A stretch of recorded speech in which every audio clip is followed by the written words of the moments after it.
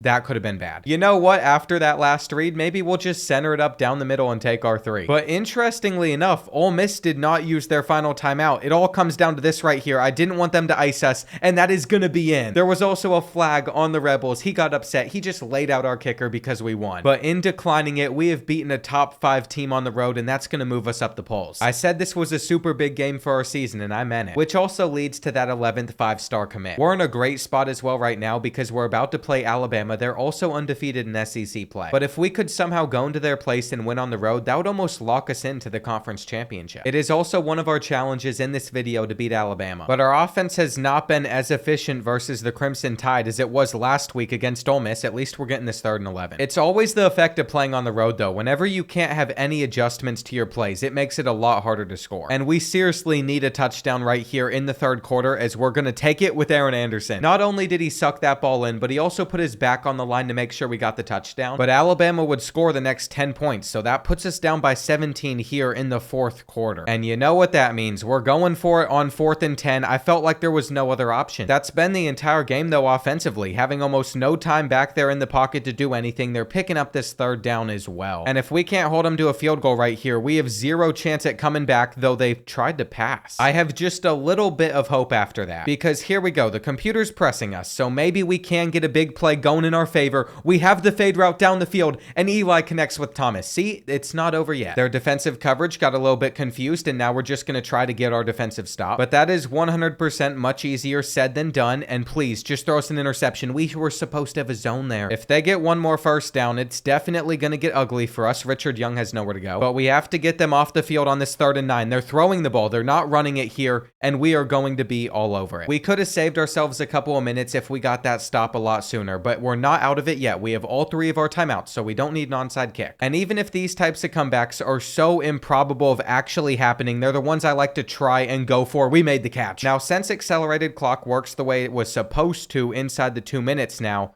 we cannot get out of hurry up mode because it'll literally just run like 20 seconds off, but that didn't go well and we're going down again. We've just got to send this one up right here. Whether it's open or not, we can't take another sack. And trying to preserve our 3 timeouts is probably not going to work out for us in the end, though we did just get it over that zone. I'm pretty happy with that throw right there, though the press man-to-man is just working in their favor. This isn't going to go well. We almost have to start using timeouts. I mean, our probabilities just aren't looking very good. We're going to come back to this football. And I think by now we have witnessed my comeback dreams fading away, because even if this somehow does get us into the crib, we don't really have the time it's going to take to get the ball back. I really love what Xavier and Thomas and those fade routes did for us right there, but we've got to get lucky, and we do. This is why you don't give up. Okay, we have all 3 of our timeouts left. There is no reason to panic. We can thread that one up the middle, and if that was a little bit harder of a throw, I think we would have completed it. Now we're going to Aaron Anderson over there. I think he has him beat deep. He dropped it. There's no way. We have done all that, and we're going to blow our chances now. I think you just got to send up the prayer on the run. Well, it is 4th and 10 here. I might have messed that up. We have to have at least enough time to get this throw off. If this gets to the end zone, which it's going to do, we could catch it right here. Come on.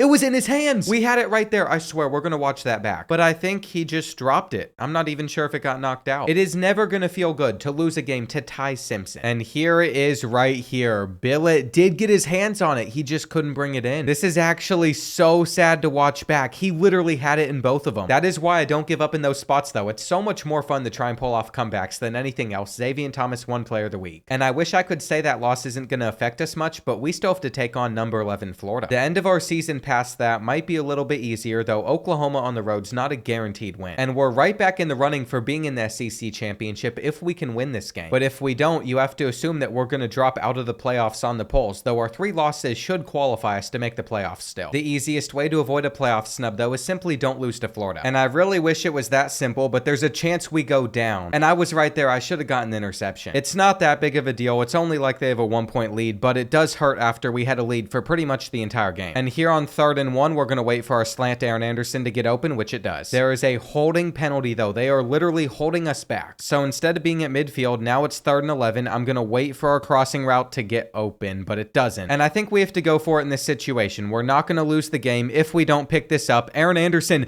makes the catch, though. He throws a guy on the ground. What did he just do? I have seen a lot of crazy things on this game, but I have very, very rarely ever seen anything like that. And that just changed everything for us. We're in a pretty good spot. Man-to-man is not going to be able to guard Thomas right there. He catches it. But I just realized we might have wanted to run the ball instead of passing for more yardage. I got too excited, and now Florida's going to have a chance to get the ball back once we get in. So the 2-point conversion is huge. I have not used a jet touch pass in a very, very long time, and that is why. This is a defense that's played pretty well until the 4th quarter. Now we just have to get one final stop. But I am a little bit nervous to do that, and we're right there. Come on, give me the ball. That's ridiculous. We were in the perfect spot at the right time. Now we're missing the tackle, and we got to catch him. I'm not liking how this is looking, though. We were really about to get them off the field. We have missed the sack. Can we bring them down? I've learned from that, though. I have a quarterback contain out there for this play, and they just take the quickest drag ever, fighting for more. They've stayed in hurry-up mode, so I feel like I can expect that the rest of the game out of them. Cover 3 isn't working, and I have taken a timeout. If they're about to get into the end zone versus us, I really want a chance to respond back. DJ isn't making it, and I don't think it's helping them to be taking these timeouts. It looks like they're passing right here. I hope he doesn't take off because I have not put a spy out there. But what type of coverage are we running on this receiver? If they do end up getting the 2-point conversion right here, we can still send this game to overtime. But I would have much rather had a shot to win it with a field goal instead of playing for more. My real hope right here is they're running man-to-man coverage and we are able to get open with Aaron Anderson, but it's such a bad pass. Maybe starting Eli Holstein wasn't the best decision in the world. Our wheel route didn't get open, and I had to burn a timeout so the clock didn't run. I think I had the crosser instead of what I was staring down. I'm not entirely sure though. Come on! I must have dropped too far back right there, so they just got in pressure extremely fast. My battery is low. I don't care. I need Aaron Anderson to come up clutch. Of course, he wasn't going to make that catch most of the time though, so that's it. And whether or not we make the playoffs is out of our control. DJ Lagway is only a sophomore as well, so we're going to have to continue to deal with him. And I'm very thankful that the rankings are at least considering that we've been super solid this year. We are still a playoff team. It's kind of funny considering if you look at our schedule, we have beaten absolutely nobody good besides Ole Miss. Everybody else we've lost to. But that SEC bias kicks in and maybe we can't make the conference championship. But that doesn't matter as long as we win these rivalries and make it to the playoffs. I don't think we're going to struggle against Arkansas, but I guess we'll end up seeing. And it's definitely closer than I would like, but we have a chance to get into the end zone here, take a 2-possession lead, and I'm celebrating on the way in. That might have been a little bit cocky, but the longer that this game goes on for, the more confident we are. And here on 3rd and goal, I think we're just going to wait for Aaron Anderson, playmaker him, and miss. Our defense has been so incredible, though, that if they don't get this 4th down, it is all over. We're getting the interception with stamps, and we're going to go down. We ended up closing this one out, even if they scored a last-second touchdown. And it feels good to bounce back after back-to-back losses. We're finishing up the season versus Western Kentucky and then at Oklahoma, so we should win this one. And once we handle them, all we have to deal with is one more road game. By now, I've kind of accepted we can't make the conference championship, but there could be a path. And I really don't appreciate how tight this game is versus the Hilltoppers right now. Eli's made 0 mistakes so far, but it's still tight. On 3rd down, we're going to have somebody open. But the longer this game goes on for without them reaching the end zone, the more confident I'm feeling. We get the interception with stamps. And when it comes to closing out games, he's been doing it recently. If we're lucky, maybe he can be in the running for a defensive award, help us knock off that challenge. And as we go into the final week of the season, we are sitting here at number 11. We're the highest ranked 8-3 team, so I'm at least thankful for that. All we have to do is beat Oklahoma, and I'm pretty sure we're a lock for the playoffs. There is one thing that could give us some issues though. As you can see, there is snow all over the field, which will make it harder to play. Or at least I thought it would, but so far Eli Holstein's having no issue seeing his open receivers. Right here, we should have a touchdown. But sometimes you just get unlucky. We'll see if we can pick up this 3rd and 6. I'm really hoping we keep the drive alive at least. Anderson breaks the tackle, and I don't don't care if it's 4th and inches. We're going to go for it as we have a free touchdown. It might take some time, but we're taking a 2-possession lead. And ever since that moment, Oklahoma wasn't able to make it close. We weren't able to make our conference championship though. We're actually finishing 5th in the SEC. But I think we should still be able to make it into the playoffs, and I'm going to be super salty if we don't. Also, when it comes to our coaching tree, we're just going to keep the same coordinators. I like that we have a couple motivators, because my hope is it can expedite player development. Eli didn't have a terrible season, but he could have also put up some better numbers. So it's nice to see he also rushed for 7 touchdowns. Caleb Jackson filled in well as the backup, and receiving-wise, Xavier Thomas was our best one. We're not going to have anybody in the Heisman finalist, but he might be our best chance at getting a wide receiver to win it next year. Ohio State has Navy's current quarterback, and he didn't win the Heisman, but that feels like such an odd fit. At least we've made a playoff game though. That's what I was worried about. It's USC again, and this is a team that we simply just can't seem to avoid. They're averaging more points per game than us this year, so that's a bit different. But looking at our path right now, I actually really like it because North Texas gets the winner. On top of that, we can see player development traits. Tommy Cota, the quarterback, has elite devs, so that gives us another option there. There's going to be plenty of that throughout this group. But it seems like the receivers, who I could have been super excited about, all have star instead of elite. If anything's really going to help us over the long run though, making sure players stay, I need to go over here, get tier 2 of roster retainer. It gives us a higher chance at having successful persuades. And then when it comes to player development, what I'm going to do is I'm going to get tier 3 in the motivator tab for all of our defensive positions. I've got my plan laid out to try and make this roster as good as possible. But we also need to acknowledge the fact that if we can go into USC and win, we have a real shot at making it all the way to the semifinals. It feels super early on in the rebuild, but we could genuinely win a championship this season if everything goes right. The longer this first half goes on for, the more possible it feels. We've jumped out to a really good lead. We're going to get a pick. But they're saying that we didn't actually get the interception right there, that we were out of bounds, and now they're scoring. The refs are reviewing if this was a touchdown. I'm still upset they didn't review the last play. I'm sure he got in. But we still had a really solid first half versus the Trojans. What this game will end up coming down to is who can get who off of the field. What is our safety doing right here, giving up a touchdown? He's supposed to be in a deep zone, and he just let him run right by. That is the complete opposite of how I thought we were going to start the third quarter, though the 2-point conversion is not working. And it's been a little bit of a struggle to move the ball just because we can't audible. There's no hot routes. But as this game goes on, I'm going to go for it on 4th and inches. I'm willing to take that risk. We are not going to be a first-round exit. We can come out on top here. That's a beautifully run route against the man-to-man coverage. And sure enough, it's Xavier Thomas on the end of it. Even though he plays in the slot, he's going to be our go-to guy. I think we can take the hitch route. And eventually, we would get the Trojans on a 3rd and long. I think they're going to have to just settle for a field goal. But instead, they've decided to go for it on this 4th down, and they have the easy drag. I mean, he was wide open. We have grinded all season to get to this point. I don't want to just go out now. But I can just see things going wrong, especially if they punch it in. Even in this position, I don't feel too confident. I feel like there's a lot that could go wrong for us. And it's taken absolutely no time for us to get on a 3rd and 6, but we have our slant, and Xavier Thomas is the one that catches it. This might be the shortest 5 minutes left in a game ever. I'm going to try to run out the rest of the clock. And as we keep on pushing it down the field, I think it would be possible if we got a first down. The problem now lies, though, that it is 3rd and 13. I'm going to try and wait for the crosser to get open, or I'm going to throw an interception straight to USC. That sounds about right for my type of read. I thought he was going to cut to that inside part of the field a lot sooner. And now it's 3rd and 10. They have hiked it, and we've gotten burnt on the left side. Brown, what are you doing? What did I say? This is the type of collapse that I was expecting. Now we have to work against Stadium Pulse. They ran the slant for us. And I'm going to let down LSU fans. We cannot be a first-round exit here. We got to at least get to the North Texas game. This pretty much feels like it's it on 4th and 2. I'm waiting for our tight end to get open right there.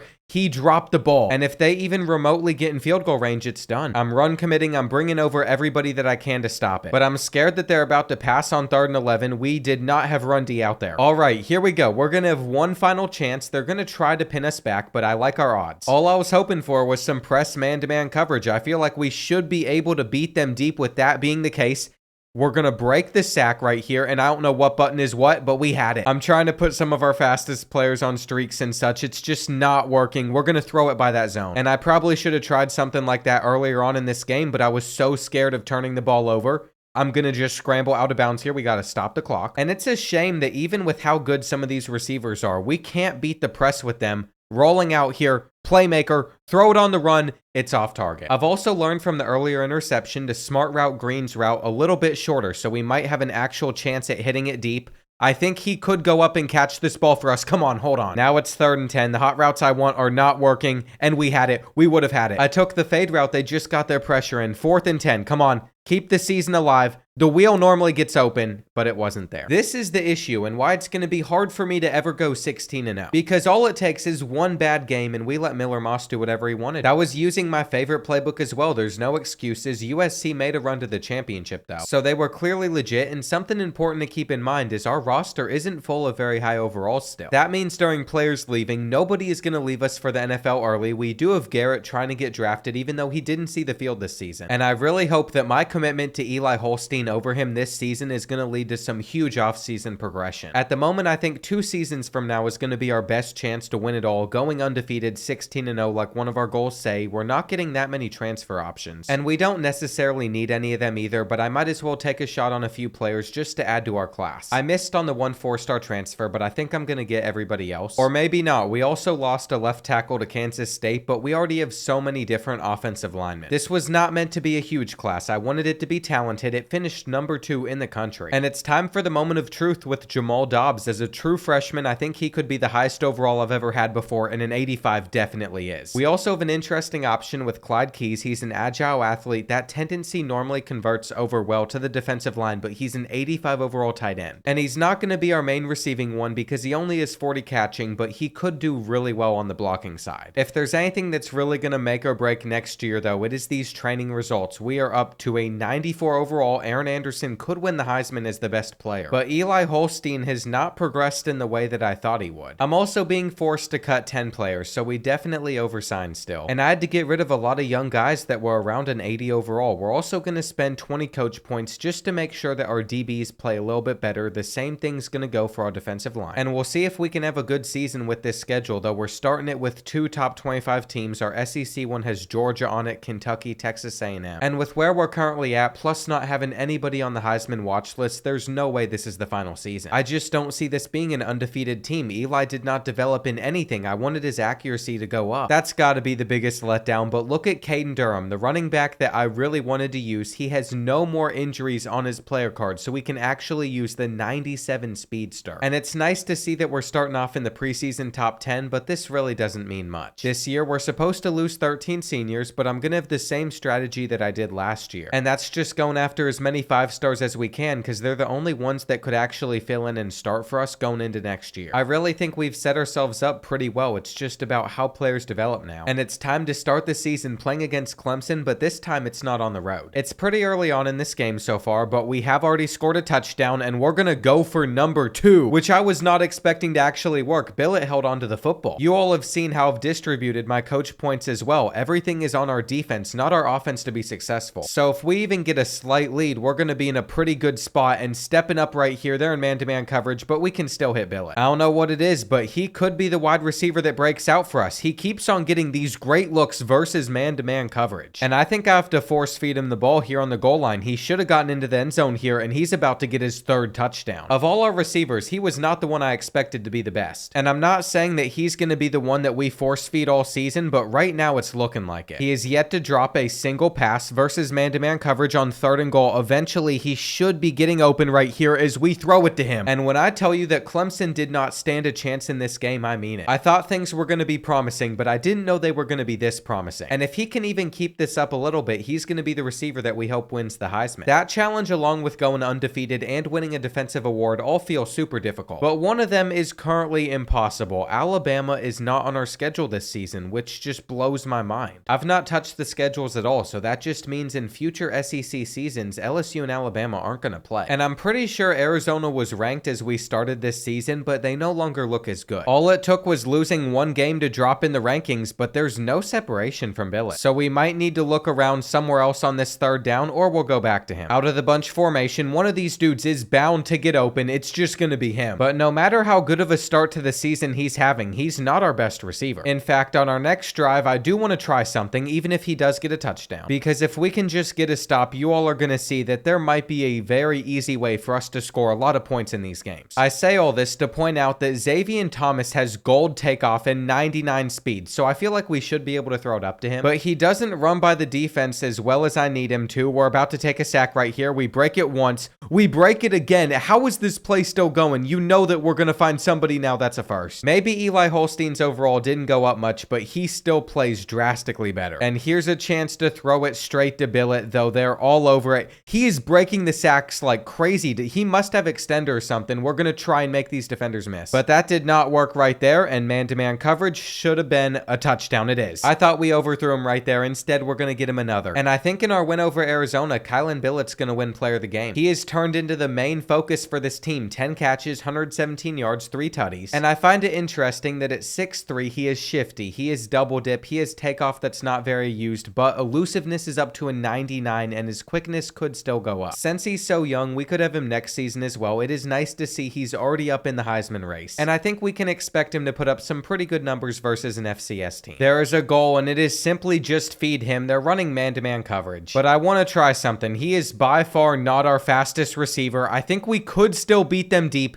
just because it is the Pandas, and look at that. He's getting another huge play. This is called asserting our dominance. We were definitely nicer to them, especially in the fourth quarter, as it wasn't so much about putting up good stats and numbers, but just letting them get a field goal. Eli Holstein might enter the Heisman race soon in the future as well, but as you can see, Billett got another 3 tutties. So you have to wonder, do you think FIU is going to have an answer for him, and why are we playing at their stadium? I also want to quickly mention recruiting. I think the hard sells are all correct for these players. There's a chance this class has more 5 stars than the last one. So that's another little mini goal that we can set for ourselves, but we're playing here at Pitbull Stadium. Now something has 100% gone wrong because we're hiking the ball for the final play of the first half, which we're going to catch a touchdown on. But we're kind of struggling. That only makes it 14-3, and nobody's in the stands. I am not proud of where this game is at the moment. Aaron Anderson, though, toasting the defenders. He's going to break a tackle as well. But I'm not sure if we're going to get a touchdown out of it. It is now 3rd and goal. Holstein is just going to throw this one on the run, and they almost picked it. I am not proud that FIU has been our closest game of the season so far. But maybe it can serve as a little bit of a wake-up call before we start SEC play, and their quarterback's going to have nowhere to go. I really think what held us back in this one is we have tried to force feed the ball over to Billett. He's going to go down at the 1. But he only has like 50 receiving yards. He's not reached the end zone yet. And he can pose for a Heisman, but the odds are not looking as good. I might have picked the wrong receiver to put all our hope in, but I still like the fact that he's young and how solid he started the year. Clearly, Dorian Yoder also wants to play with him. The 5-star quarterback from Texas has committed to LSU. And coming off of our bye week, I see that we're number 2 in the country. NC State's above us though, and 3 of the top 4 teams are from the SEC. We also have to play the other 2, both Georgia and Texas A&M. Tennessee on the roads on this schedule too. I mean, it is going to be hard with all these games being road ones. And that's why I don't think there's any chance that this season is our perfect 16-0 one. It is no longer about a Heisman Trophy whenever we play a team like Georgia. Look at this crowd. All I care about is winning. We have a 7-0 lead to start, but our offensive line has been getting folded all game, so we're really relying on our defense to get them off the field. They failed to do that right there though, which is why we're starting this 3rd quarter in a tie 7-7 game. They would score after it. And without any audibles or anything, it's really all about how much we can step up and run with Eli Holstein. It has been a long drive here in the 3rd quarter, but I think we're going to have our tight end. But after a terrible run, it is 3rd and 5, and we're going to hit Aaron Anderson for the first. I'm telling you right now, our rushing attack is going to be what holds us back, though we have finally gotten a big play from Durham. And maybe we can't run the ball up the middle, but more to the outside. He's got the speed for it, but we have not been able to close this one out at all. We're trying to take the game-leading touchdown, which is going to be tricky. It is now 3rd and 2. I think we have our drag, but we got to fall down. This is kind of gross to go for in this situation, but we have a fullback dive that should work wonders. And I just wish Georgia didn't respond back after every touchdown we've scored. You can clearly see we got to get stuff going to the outside, though. The block didn't hold. And it's 3rd and goal right now. We're going to have to settle for a field goal instead of a touchdown unless we get in. That is a big moment here on the road. We could actually beat Georgia. We need 1 stop. And here we go. It's 3rd and 5. They're probably going to go with 4 verticals, and they threw it straight at us. That was the game right there. They could still pick this up, and they do. But even if they continue to get farther down the field, I trust our D, and we'll see if they have anything on this first down. They don't. That is a big sack. Georgia has no timeouts left, about 30 seconds on the clock, and you know that they're probably going to try to sling it to one of these 2 receivers. The check down won't work, but it really helps us. They're going to spike the ball on 3rd and 17 instead of passing. That genuinely blows my mind. Just 11 seconds seconds left now. We know exactly what we have to cover, and that's exactly what we needed right there. We have taken down the Bulldogs on the road. It took a lot of perseverance, but Eli Holstein has been amazing, and it's understandable why we're starting to get more 5-stars. Kylan Billett's going to have an uphill battle with the Heisman race, though. All the other options at the moment are quarterbacks, and we're about at the midway point in the season, so he needs to get more yards and more touchdowns for sure. The focus on winning, though, should also be amplified. This team is clearly good enough to win it all, but I could cost us games by trying to force the ball to just one player. It's always going to be a huge challenge to be perfect. At the moment, we're struggling with Texas, and that sack right there means that they're probably going to hold us on this drive. I'm trying to get it out. I really dislike how much our offensive line issues are starting to show, but at least we have a chance to redeem ourselves. We've gotten the ball back. We're going to step up right here, and we're just going to take the check down to Durham. He can get the first. I also would like to think if they're pressing one of the fastest receivers in the country, we should have a touchdown. That's got to be on target. Thomas is able to bring this one in. We have a problem, though. After rushing it in for a touchdown on the next play, Texas has driven down the field versus us, and I thought our defense was going to hold them, but it's starting to look like we're not going to. In order for our undefeated season to stay alive, we have got to get in field goal range, and once again, they're giving us that look. If it's on target, it is Thomas running all the way. That is why I thought he was going to be our best receiver, but I'm not going to put it past Arch Manning to respond back in this short time frame. We got to hit him. I feel kind of bad for him, to be honest, because his defense just gave up 2 huge plays against us, and if they even get off this final snap, it's definitely going to be the last one in this game. I'm hoping we can get a sack with our defensive line, and we are all over him. Our defense is elite. That's what you want to see, even if we gave up 31. And I think our entire defensive line, or at least most of them, have abilities. It's safe to say our receiving core is never going to get bad either. We just signed Victor Lord, and what's so special about this kid is he was the only 5-star gem I found this year. He has 96 speed, and he is 6'4". Now, up to this point, I'm not going to act like we haven't lost a lot of battles for 5-stars, but it doesn't really upset me because we've signed 6, and it's not like we have a bunch of hours we can put into them. I'm more worried about the on-field product, though Eli Holstein might take the Heisman away from Kylan Billett, who only had 60 receiving yards in the last game. I'm not sure how he flew up to number 1 on this board. What's important, though, is we're the number 1 team in the country. In the SEC standings, we're still tied for first place. And as we get into the second half of the regular season, the games to keep an eye on are this one at number 13 Tennessee, at number 2 Texas A&M, with the rest of them being pretty easy wins. I don't want to jinx the other ones, but whenever you're playing like 1-5 Missouri at home, how would you ever lose? All we have to do is start this first half with a lead, and we should be in a good spot. We're going to find Billett for a touchdown, and as time winds down here, we're still going to go for more. We might have him again right here.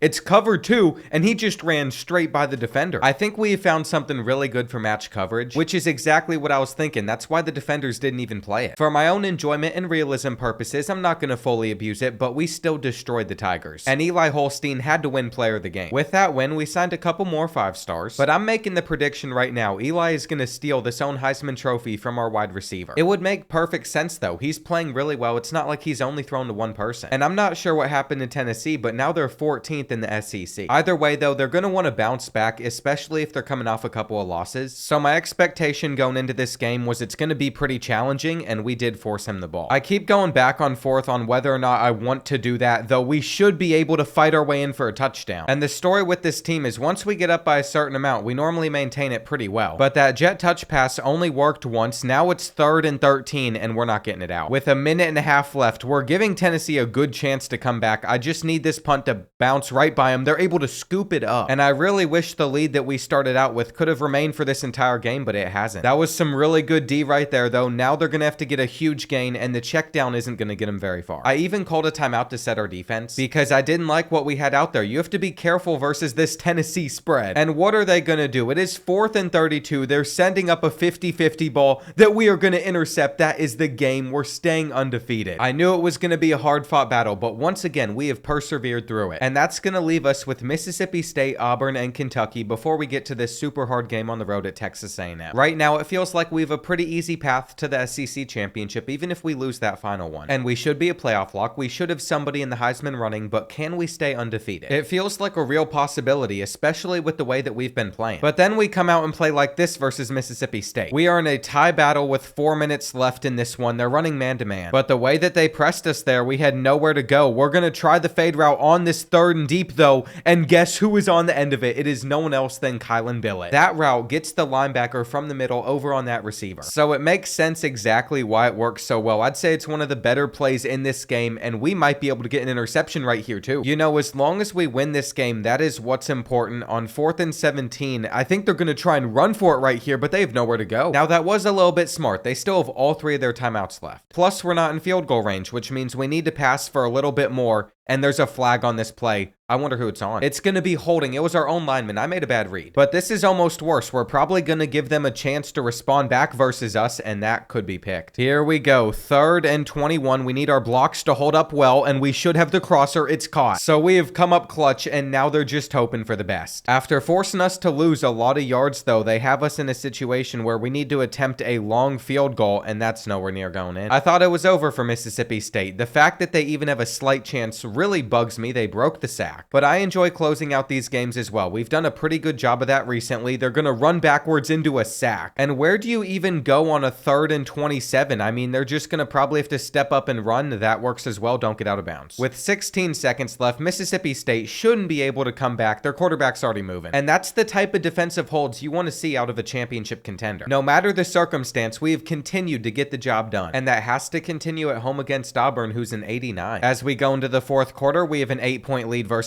them. That's a tight throw. But we all know exactly who was on the end of receiving it, and he's about to get it again. If we can just take a 2-possession lead from this point, we should be in a pretty good spot. But that's enough of staring down a receiver. We're handing it off on 4th and 1. That drive might not have gone our way, but Auburn really hasn't done too much in this 4th quarter. So that's a relief. There's only a minute and a half left at this point. They're going to be on a 4th down if we can tackle. And here we go. Will they pick this up or will it be over? I'm right there. There's no way. They're going to be out here run committing for sure, so we should be able to just take the top off of their defense and end the game. But my greed for trying to get Bill at better numbers seems to be costing us. I think we're going to be fine in the end because they don't have much time to do anything here. If they go down in bounds, this one is over because all they can do is send up a Hail Mary, but it is a wake-up call that we shouldn't be going for the Heisman Trophy just with that one receiver. It could cost us our undefeated season. I keep saying it, but then I decided to try to force him the ball anyway. And even though Kylan Billett's only been getting like 100 yards and 1 touchdown a game recently, he's still the clear Heisman favorite. We've been doing just enough. If we win one more game, we're in the SEC championship. And I think we've lucked out with an opportunity to play Alabama. Looking at their schedule, they dropped a game to USF, one to Texas, but this is such a weak schedule for playing in the SEC. So assuming they take care of business, we should still have a chance to play the Crimson Tide this season, but we have to beat Kentucky. I'm telling you all though, that overall is not a 95. There's just no way. Because I have played with much better teams on this game than what we've been using, and it's not like I'm getting worse at it. If this was a true 94-95 overall team, these wouldn't even be a contest though. We should be able to get the interception.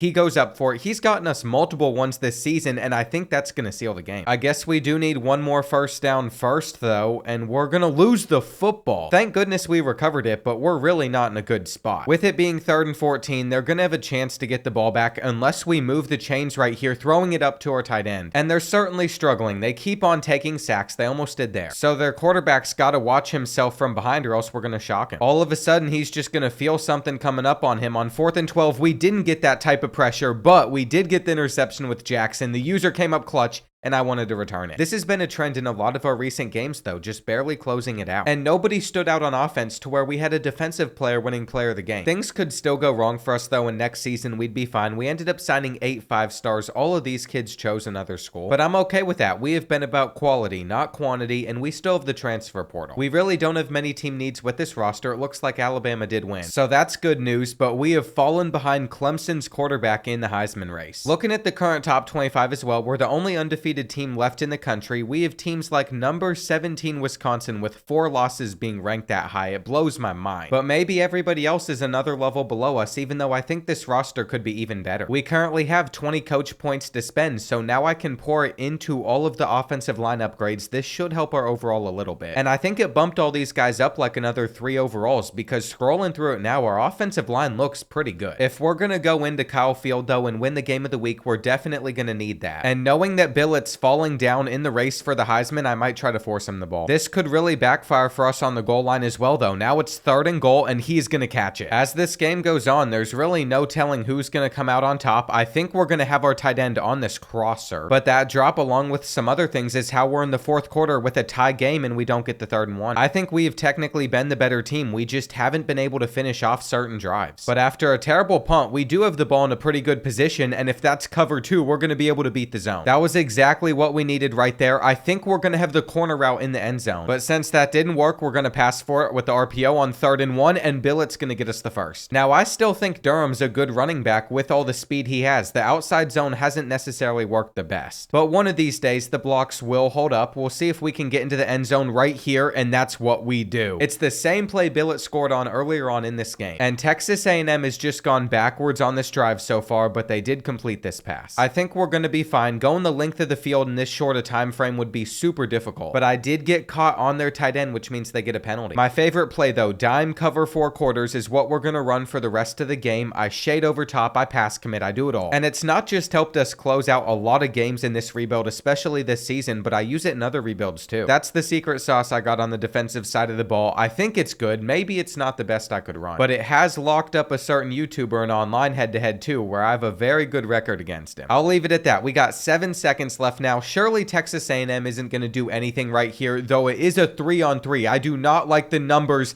and they almost caught it. The player lit up like he had the ball in his hands for a second. I thought that was it. We should have been in prevent defense right there. Either way, we have won another 1-possession game. And this is the opposite of how Nebraska does in 1-possession games, but that was close. At least we've made it to the conference championship. We also have drawn Alabama. But they dropped a game this past week, so if they didn't have the tiebreaker versus Ole Miss, we wouldn't have gotten to play them. It's also important to note, Tyler Brown is now the favorite to win the Heisman Trophy, not our receiver. So I'm looking at the season stats, but I don't even see his name up here in the top receivers. He's all the way down here with less yards and less touchdowns. I think the only way we take the award is if we get Billett like 4 touchdowns in this conference championship game. And looking at the current top 25, USC is up in the running again. I don't want to have to deal with them, but there's a decent chance we will. So it'll be interesting to see what the final bracket looks like versus the current projection. It is time to see if we can take home that SEC championship trophy, though. There's 2 challenges on the line in this one game. We could even have the Heisman on the line too. So we're looking to beat Alabama, win an SEC championship, win the Heisman Trophy, and also win a defensive award. Now, I'd say that so far things are going pretty good because we do have a lead, but we have to hit that pass. And I'm trying to end the first half really solid. Billett already has 2 touchdown catches. He's going for number 3, but we need the touchdown more than him getting better stats as well. Right there, though, I think it was important that we took the sack so we could just chew the clock, make sure Alabama doesn't have a chance to get points in this first half, at least any more than they already have. And on 3rd and goal, we're going to roll out. We should have our corner route right here if we come back to the football. I'm telling you right now, Billett's having one of his best games yet. And we even started the second half with a pick 6. Alabama did get a touchdown after that, though. And why didn't he play that? We just went straight over that defender's head with no care. But Alabama really hasn't gone away that much. I've been hoping to get more sacks because that would help us win some defensive awards. They need to get the first down here. We forced the fumble, and where they recovered it means it's 4th and 2. They didn't get the first down, but they did get the ball back there, and they actually ran it instead of passing. We've got to be able to catch him.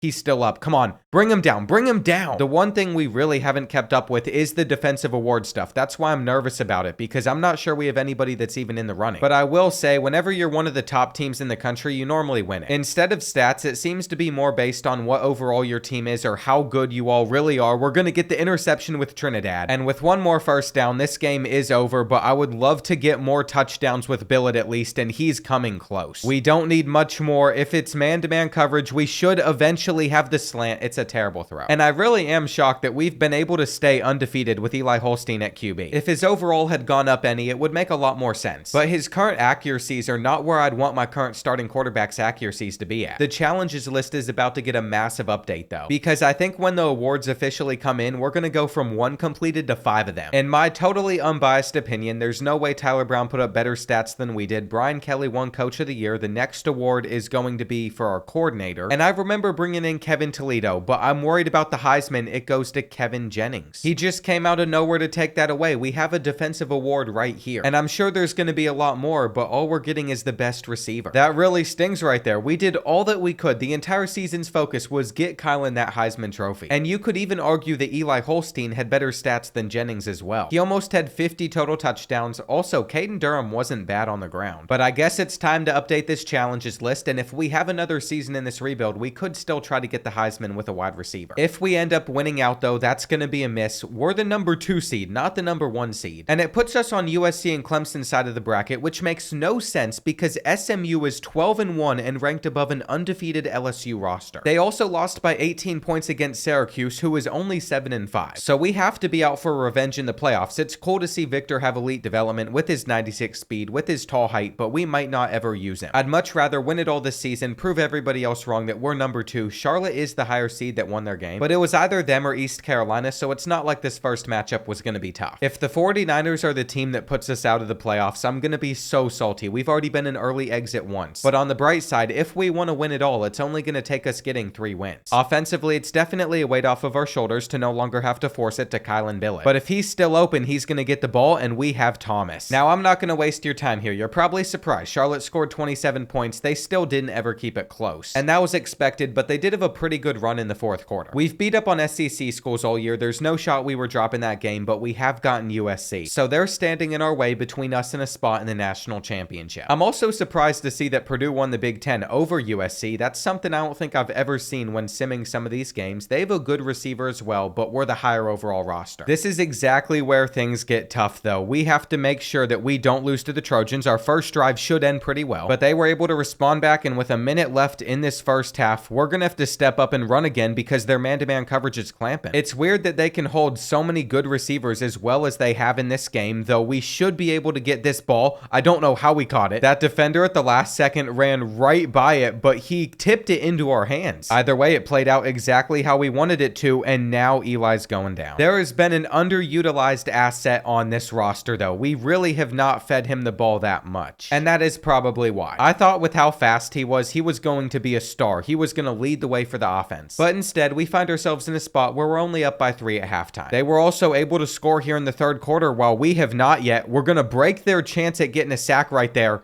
and I was off of our back foot. If I set the feet, we would have had an easy completion. I'm really hoping that the writing is not on the wall at the moment. They are somehow able to catch that ball, but they're not going for it on 4th and 1. They're going to try and kick a field goal. No, they went with a fake. We're good. That could have been disastrous for us right there. We did get lucky. I've never run this play before in any video. We're going to break the tackle. That is why I don't run it. And I haven't used Thomas at all this season, though he did get a good release right there. And on 3rd down, throwing this, we're going to get the flag. Eli is starting to sell. He even missed the pass. But we've gotten the ball back, and why is it USC that gives us all these troubles? They clearly did not have a good defense out there aligned on Billett. I'm not sure what 34 was doing, but we're going to take the touchdown. And I was just hoping that they were in cover 2 since they've run it a ton. Getting the sack right there is also a huge deal because there's 3 minutes left. All of a sudden, we're up by 3 points, and you know that we get to keep it on the ground with Jackson. Caleb was out there for a play, but Durham is back, and he really isn't going far. It makes me so sad that I have to be disappointed that he's turned out to be nothing, because 3 yards per carry is nothing to get excited about, and we don't go far. If we convert on this 3rd and 11, though, we could end the game right here. We're going to get it out to him, and we're short. Now, I normally don't like taking my field goal, but this would give us a 6-point lead instead of a 3. And with the way that this game has gone, it has been far more a defensive one than an offensive one, so I'm sure we can get one more stop. I'm pretty confident that we can, but the game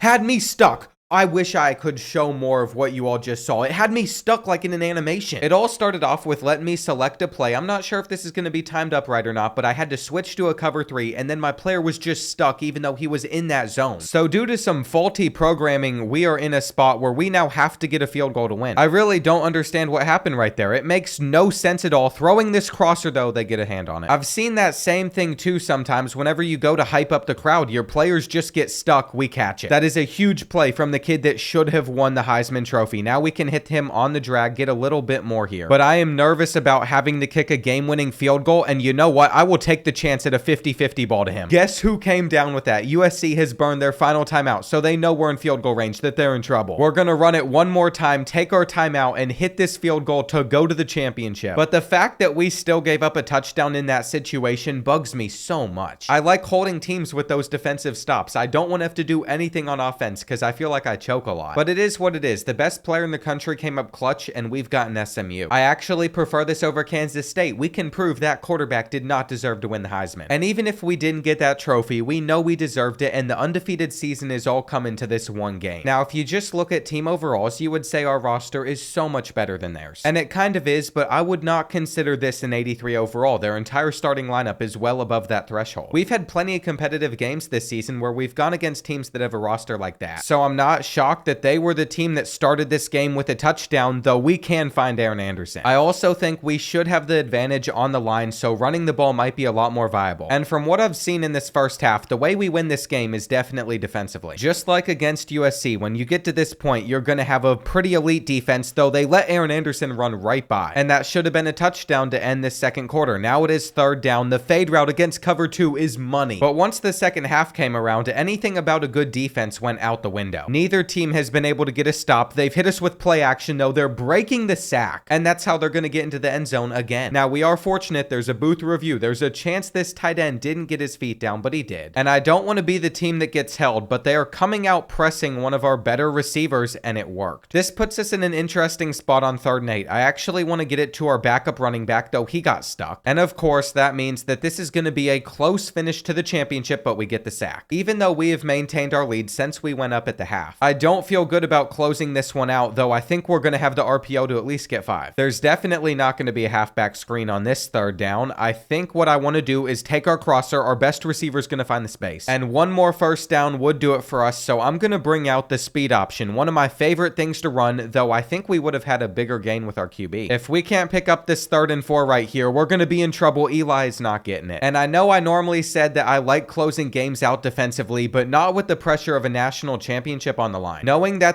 hurry up bug also exists really worries me, because that's what almost cost us against USC. I'm just going to hit as few buttons as possible, though. I have everything covered that I want. They're testing one of our best cornerbacks, and they almost caught the ball. Now, right here, they have the advantage numbers-wise if they run the football, which they have. They're also about to get a little bit more. But that's going to run some time off of the clock. I cannot stand facing off against any of these spread formations, though, that are super spaced out, which is why I am thrilled on 3rd and 10. They've returned to something a little bit more normal, and we had a chance to get a sack right here. We still do. I think that's going to do it in this game. This is why I love to close things out in the championship. They're taking a while for this play call. I mean, it is the biggest one. 4th and 10. They're hiking it. Jennings, Heisman winner. What are you going to do here, buddy? You're going down. I didn't think we were going to do this season, but we went undefeated winning it all. And I almost want to sim one more year just to see what would happen. Of course, how it stands right now, we're not going to complete the challenge winning the Heisman with a wide receiver. But we could have gotten him the ball a little bit more, and we're still losing some key players. Now, in the transfer portal, we would pick up the number 2 and number 5 player nationally. So pairing that with these training results, we have a 96 overall roster. I'm also going to encourage as many players as I can to transfer that aren't a necessary requirement for this team, and for whatever reason that bumps up the overall one more, making it a 97, the highest I've ever had. Now, what do you think that led to? We went 8 and 4, but somehow we're the number 10 ranked team. We still got into the playoffs, and our season ended getting demolished by USC in the playoffs. You can't make this stuff up. Good thing I'm able to hop into games during rebuilds, because if I couldn't, the sim system sometimes doesn't work out well. This kid wasn't even in the Heisman running, so we were never able to complete that final challenge, but at least I was able to save LSU.